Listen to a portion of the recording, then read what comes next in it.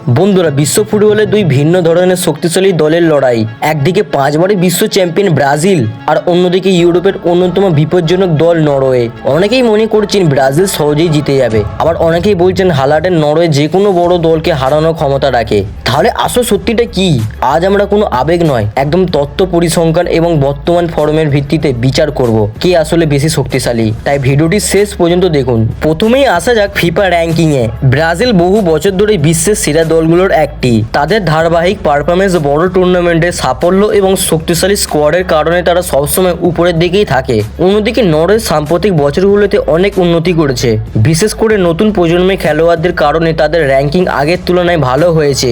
তবে এখনও ব্রাজিলের ধারাবাহিকতা ও অভিজ্ঞতার সঙ্গে পুরোপুরি পাল্লা দিতে পারেনি। এই বিভাগে স্পষ্টভাবে এগিয়ে ব্রাজিল। এবার দেখা যাক দুই দলের বর্তমান স্কোয়াড। ব্রাজিলের দলে Vinicius Junior, Neymar, Raphinha, Rodrygo, Bruno Guimaraes, Casemiro, Marquinhos, Gabriel Magalhaes, অ্যালিসনের মতো বিশ্বমানের খেলোয়াড় রয়েছে। প্রায় প্রতিটি পজিশনে বিকল্প খেলোয়াড়ও বিশ্বমানের। অন্যদিকে নরওয়ের সবচেয়ে বড় শক্তি হলো এর্লিং হালান্ড এবং মার্টিন ওডেগার্ড। এছাড়া আলেকজান্ডার সোরলথ ও কিছু ভালো ডিফেন্ডার রয়েছে। তবে ব্রাজিলের মতো প্রতিটি পজিশনের সমান গভীরতা তাদের নেই।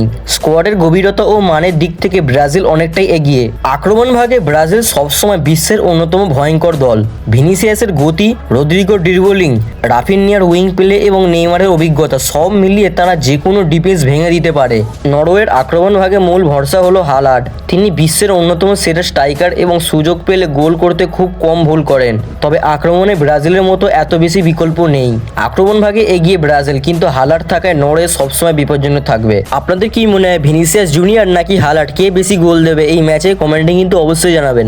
ব্রাজিলের মিডফিল্ডে রয়েছে অভিজ্ঞতা, বল দখল, পাসিং এবং রক্ষণে সহায়তা করার ক্ষমতা। নরওয়ের সবচেয়ে বড় শক্তি মার্টিন ওডেগার্ড। তিনি অসাধারণ প্লেমেকার এবং ম্যাচের ছন্দ বদলে দিতে পারেন। তবে পুরো মিডফিল্ড ইউনিট হিসেবে ব্রাজিলের ভারসাম্য বেশি। মিডফিল্ডে সামান্য নয়, পরিষ্কারভাবে এগিয়ে ব্রাজিল। ডিফেন্সের ক্ষেত্রে ব্রাজিলের সেন্টার ব্যাক জুটি এবং ফুল ব্যাকরা ইউরোপের শীর্ষ ক্লাবগুলোতে খেলেন। নরওয়ের ডিফেন্সও শারীরিকভাবে শক্তিশালী এবং হাওয়ায় ভালো, কিন্তু দ্রুতগতির উইঙ্গারের বিরুদ্ধে ব্রাজিলের ডিফেন্স বেশি অভিজ্ঞতা। ডিফেন্সের সামান্য ব্যবধানে এগিয়ে ব্রাজিল। গোলকিপারের ক্ষেত্রে দুই দলেরই ভালো মানের খেলোয়াড় রয়েছে।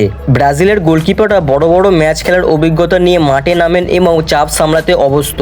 নরওয়ের গোলকিপারও নির্ভরযোগ্য এবং গুরুত্বপূর্ণ ম্যাচে ভালো সেভ করতে পারেন। এই বিভাগে লড়াই খুব কাছাকাছি, তবে অভিজ্ঞতার জন্য ব্রাজিল সামান্য এগিয়ে। ব্রাজিল সাধারণত বল দেখলে রেখে দ্রুত আক্রমণ করতে পছন্দ করে। তাদের উইং দিয়ে আক্রমণ সবচেয়ে বড় অস্ত্র। নরওয়ে তুলনামূলকভাবে সংগঠিত ফুটবল খেলে, দ্রুত কাউন্টার অ্যাটাক এবং হালান্ডকে কাজে লাগানোই তাদের মূল কৌশল। যদি ব্রাজিল বলের দখল ধরে রাখতে পারে তাহলে ম্যাচ নিয়ন্ত্রণ করবে, কিন্তু নরওয়ে যদি কাউন্টার অ্যাটাকের সুযোগ পায় তাহলে তারা বড় বিপদ তৈরি করতে পারে। সাম্প্রতিক ম্যাচগুলোতে ব্রাজিল বড় দলগুলোর বিপক্ষে ধারাবাহিক পারফরমেন্স দেখিয়েছে। নরওয়েও ভালো খেলেছে এবং আগের চেয়ে অনেক বেশি আত্মবিশ্বাসী। তবে ধারাবাহিকতার দিক থেকে ব্রাজিল এখনও এগিয়ে। দুই দলের মুখোমুখি ম্যাচ খুব বেশি হয়নি, তাই শুধুমাত্র অতীতের ফল নয়, বর্তমান ফর্ম এবং স্কোয়াডের শক্তি এই ম্যাচের সবচেয়ে বড় গুরুত্বপূর্ণ বিষয়। সব বিভাগ বিচার করলে দেখা যাচ্ছে আক্রমণ ভাগে এগিয়ে ব্রাজিল, মিডফিল্ডে এগিয়ে ব্রাজিল, ডিফেন্সে সামান্য এগিয়ে ব্রাজিল। গোলকিপারের ক্ষেত্রে খুব কাছাকাছি, তবে অভিজ্ঞতার জন্য ব্রাজিল এগিয়ে। স্কোয়াডের গভীরতা ও বড় ম্যাচের অভিজ্ঞতাতেও ব্রাজিল এগিয়ে। তবে একটি বিষয় ভুলে গেলে চলবে না, নরওয়ের হাতে আছে এর্লিং হালান্ড ও মার্টিন ওডেগার্ডের মতো ম্যাচ ঘুরিয়ে দেওয়ার ক্ষমতা সম্পূর্ণ খেলোয়াড়। তাই যদি ব্রাজিল একটু অসাবধান হয় তাহলে নরওয়ে বড় চমক দেখাতেই পারে। আমার বিশ্লেষণ অনুযায়ী এই ম্যাচে ব্রাজিল ফেভারিট, তবে ফুটবলের শেষ বাঁশি বাজার আগে কোনো ফলই নিশ্চিত নয়। তো বন্ধুরা, ব্রাজিল বনাম নরওয়ে, দুই দলের শক্তি, দুর্বলতা, স্কোয়াড, আক্রমণ ভাগ, মিডফিল্ড, ডিফেন্স, গোলকিপার এবং সাম্প্রতিক পারফরমেন্স সবকিছু বিশ্লেষণ করার পর বলা যায় যে এই ম্যাচে ব্রাজিল কিছুটা এগিয়ে আছে। তবে নরওয়ের দলের এর্লিং হালান্ড এবং মার্টিন ওডেগার্ডের মতো বিশ্বমানের তারকা থাকায় ম্যাচটি মোটেও একতরফা হবে না। ফুটবলের সবচেয়ে সুন্দর বিষয় হলো এখানে শেষ মুহূর্ত পর্যন্ত কিছুই নিশ্চিত নয়। তাই মাঠে কে জিতবে আর কে হারবে সেটা জানার জন্য আমাদের অপেক্ষা করতেই হবে ম্যাচের শেষ বাঁশি পর্যন্ত। এবার তোমাদের মতামত কমেন্টে জানাও। তোমাদের মতে ব্রাজিল নাকি নরওয়ে, কে বেশি শক্তিশালী, ম্যাচে কারা জিতবে এবং স্কোর লাইন কত হবে? কমেন্টে তোমাদের প্রেডিকশন অবশ্যই কিন্তু লিখে জানাবে। আর যদি ভিডিওটি ভালো লেগে থাকে তাহলে এখনই ভিডিওটি একটা লাইক করে দিও, চ্যানেলটি সাবস্ক্রাইব করে বেল আইকনটি অন করে রেখো। কারণ ফুটবল বিশ্বকাপ, ফুটবল তুলনা এবং ফুটবলের সব বড় আপডেট সবার আগে পেতে তোমাদের পাশে সবসময় থাকছি।